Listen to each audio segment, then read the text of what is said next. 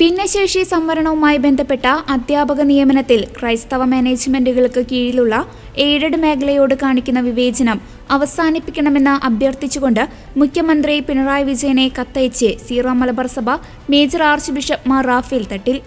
ഇതുമായി പുറപ്പെടുവിച്ച സർക്കുലറിലെ പ്രസക്ത ഭാഗങ്ങൾ ഇങ്ങനെ: കത്തോലിക്ക മാനേജ്മെന്റിന്റെ കീഴിൽ എയ്ഡഡ് സ്കൂളുകളിൽ നിയമനം നേടിയിട്ടുള്ള 16,000-ലധികം അധ്യാപകരുടെ നിയമനങ്ങളിൽ അനുകൂല തീരുമാനം സർക്കാരിന്റെ ഭാഗത്തുനിന്ന് ഉണ്ടാകണമെന്ന ആവശ്യമാണ് പ്രസ്തുത കത്തിൽ മേജർ ആർച്ച് ബിഷപ്പ് ഉന്നയിച്ചത്.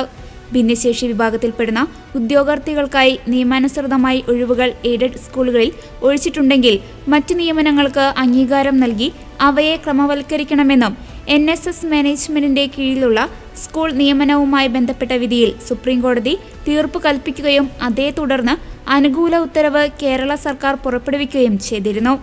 NSS കേസിൽ സുപ്രീം കോടതി നടത്തിയ വിധിന്യായത്തിൽ തന്നെ സമാന സ്വഭാവമുള്ള സൊസൈറ്റികൾക്കും ഈ ഉത്തരവ് നടപ്പാക്കാമെന്ന കാര്യം വ്യക്തമാക്കിയിരുന്നു.